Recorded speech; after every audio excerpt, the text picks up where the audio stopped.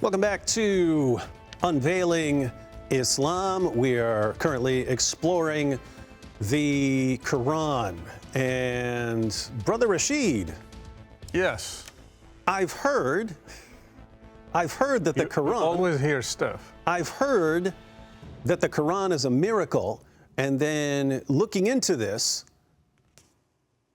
this is one of the main arguments, if not the main argument, that the Quran gives for its divine authority and inspiration. So are you familiar with this claim? Of course. I think it's one of the first things we are taught when we're reading about the Quran. The Quran is unique. Nobody can produce anything like it. It's the miracle of miracles. It's the miracle that Muhammad had, and they always use, even at school, they used to use this. They say, in the time of Jesus, medicine was the most Heard that many times. powerful thing, so that's why healing was the miracle of Jesus. In the time of Moses, it was magic, so he did the most powerful magic. Which is not true when you go, I mean, magic was all the time. Medicine, actually, we have the most powerful medicine today, so if Muhammad was going to do something, it should have been done now with medicine. And then those same people will say, but in the time of Muhammad, poetry was the most amazing thing around. And poets were everywhere. Yeah, the Greeks had poets. Yeah, and where are they getting this from, that this is the most amazing thing of the time? When, if you read the sources, Muhammad's bringing up these chapters, and the unbelievers aren't impressed. They're saying, come on, anyone can do this. Actually, Arabs, they ridiculed the Quran. Yeah. They ridiculed the Quran, and I can read later. Let us go through the challenge first. All right. What is the challenge as laid out? Because this is important to distinguish. Like, there are Muslims who will say, there are scientific miracles in the Quran or something. But that's not a claim that the Quran. It's not the Quran saying, scientific miracles or something like that. But here, this is an actual argument in the Quran itself. They say, for example, Surah 17, verse 88, Surah Al-Isra. Say, if mankind and the jinn gathered in order to produce the like of this Quran, they could not produce the like of it, even if they were to each other assistants. So us as human beings can't do it. And the jinn, they can't do it either. So it's the challenge for everybody. And Muslims believe this is true until today. Another one, and actually it started with the whole Quran. It went down to 10 surahs. For example, chapter 11, verse 13, Surah Hud. Or do they say he invented it? Of course he invented it. And the response, say, then bring 10 surahs like it, like 10 chapters. So now it's not the whole thing, it's just bring 10. Bring 10. And then they say it came to 1. For example, 10:38, Surah Yunus, or they say about the Prophet, he invented it, say, then bring forth a surah like it. Bring one. And the shortest one has only 3 verses. Yeah, very small. So they say, bring just 3 verses. Bring something tiny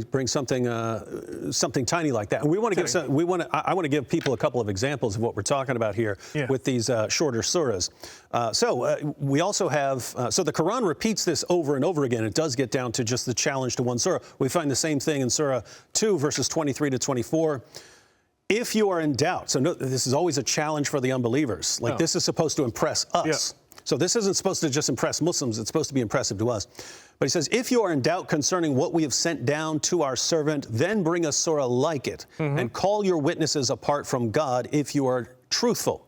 And if you do not, and you will not, then be mindful of the fire whose fuel is men and stones, which is prepared for the disbelievers. So he's saying, if you can't bring a chapter like this, and you would not, and you won't, then get ready for hell. And this is so weird because, I mean, imagine someone coming up saying, hey, if you can't write a symphony like Mozart, like assuming this was, so even if this were the greatest thing we had ever seen, If someone came up and said, hey, if you can't write a symphony like Mozart, you have to admit that it's the music of God, I'd be like, what? That doesn't mean that at all. If you can't write the crime and punishment for Dostoevsky, then Dostoevsky is a prophet. Then he's a prophet, and you have to believe everything he says. Well, That's very absurd. That's insane. That's absolutely insane.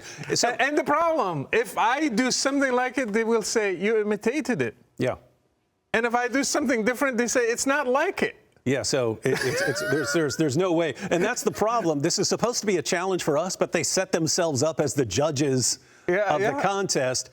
And so it's, wait, this is a challenge for us. We're supposed to be impressed by this. Let me tell you, if they say the jinn and us all together, we cannot produce something like this. There is a surah in the Quran called Surah al-Jinn. The jinn are talking. Actually, the Quran is quoting the first 15 verses. He's just quoting the jinn, what they're saying. So here they produce 15 verses.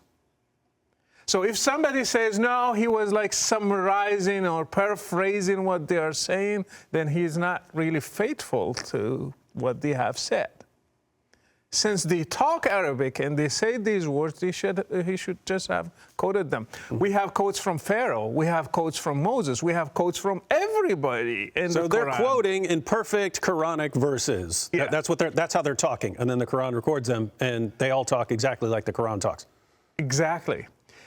And the other thing is, as I said, Arabs ridiculed the Quran. For example, Surah Al-An'am 668. And when you see those who engage in offense discourse, means they're ridiculing the Quran, considering our verses, then turn away from them until they enter to another conversation.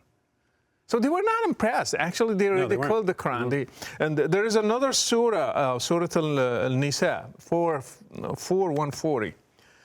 It says, and it has already come down to you in the book, which means the Quran, that when you hear the verses of Allah recited and they are denied by them and ridiculed, so do not sit with them until they enter to another conversation. And this is in Medina.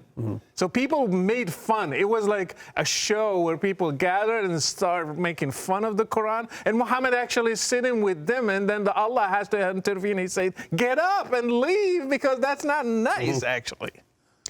Yeah, there's also in Ibn Ishaq, there's that guy, Al-Nadir, who used to follow Muhammad around. Muhammad would get up and recite his revelation, and Al-Nadir would get up after him and also read some poetry of his own. And then he would challenge the Muslims and say, show me any way that Muhammad's verses are superior to mine. I don't think they did. They eventually killed him. After they captured him. So, David, you are not impressed by the Quran? No, let me give you an example, because if people aren't familiar with the Quran, you mentioned that some of these are extremely short. Let me give a couple examples. I will read a couple of complete chapters. These are complete chapters. So this is Surah 108. This is the study Quran, so they translate Allah as God. So Surah 108, in the name of God, the compassionate, the merciful, truly we have bestowed abundant good upon thee. So pray to thy Lord and sacrifice. Truly thine enemy shall be the one without posterity. Right. So that's an entire chapter. Yeah. Surah 109. So you just read an entire chapter. That's an entire chapter. By the way, we use, as kids, memorize these first, so we can use I know that. Nabil could quote all so this. you use them in the prayers because they're quick. It will not take us a long time. So we just say them, and we do our duty and we leave. And so notice that the Quran's challenge is, hey, produce something like that. It's like, wait, some of these are only a couple verses. Surah 109. In the name of God, the compassionate, the merciful, say, O disbelievers, I worship not what you worship, nor are you worshipers of what I worship, nor am I a worshiper of what you worship, nor are you worshipers of what I worship. Unto you your religion, and unto me busy, my by the way. religion. Like, who worships what? No. This is the most amazing thing. No one can write something like that. I'll read one more, just because this is a famous chapter of the Quran, Surah 110. In the name of God, the compassionate, the merciful, when God's help and victory come, and you see mankind entering God's religion in throngs, hymn the praise of thy Lord and seek forgiveness from him. Truly he is ever relenting. So Muslims look at this and they're impressed by this. And I would look at this and I would say, how can this possibly be considered so amazing that you don't think a human being could put words in this order? A human being can put words in any order, but then I get the response, Brother Rachid, it only works in Arabic. So is that even in Arabic, Even in Arabic, it sounds funny sometimes. It sounds ridiculous. I mean, of course, sometimes there is poetry and you get like, for example, recited with beautiful voices and you think, wow, listen to that. But the meaning is empty. There is nothing in it. For example, can you read this in English, and I'll tell you in Arabic what it means. Surah An-Nur in verse 60. Surah An-Nur, which is 24, in verse 60 in English. You sure it's not 61? Sometimes the numbering's different because of the Bismillah at the beginning. Yeah, 61. 61. I'm sorry. Okay. Yeah. Because this is an interesting verse. So you're saying this is not impressive. No. So it says in English, it is no fault in the blind, nor in the one born lame, nor in one afflicted with illness, nor in yourselves, that ye should eat in your own houses, or those of your fathers, or your mothers, or your brothers, or your sisters, or your father's brothers, or your father's sisters, or your mother's brothers, or your mother's sisters, or in houses of which the keys are in your possession, or in the house of a sincere friend of yours. There is no blame on you whether you eat in company or separately, and it just keeps going on. You know, I can summarize all this in one sentence. What's that? You can eat in your homes. Hey, that would have been a pretty good way to say it, because that's what it says. And plus the meaning, I mean, all human beings, they knew this, they can eat in their homes. It doesn't need this wasn't something people were confused about? The Romans were confused and the Greek were confused until the Quran came, and it was a huge revelation to them. They were like, all these years we didn't know that we can eat in our homes. So there you're actually pointing out, hey, he just said it's okay to eat at someone's house, but it says, oh, and if you're blind and if you're lame or if it's you, and yet you still can't eat in your home, and it's just nonsense. Even in Arabic, it's nonsense. So it's not impressive in Arabic. It's not impressive. And actually, Muhammad was challenged by Arabs to bring a sign, and he couldn't provide any. And plus, the Arabs say. This is in Surah Al-Anfal, 8:31. When our verses are recited to them, they say, we have heard. If we willed, we could say like this.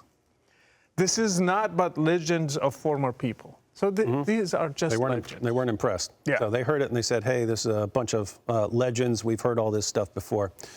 And so the thing to keep in mind is this is the main argument of the Quran, or at least one of them.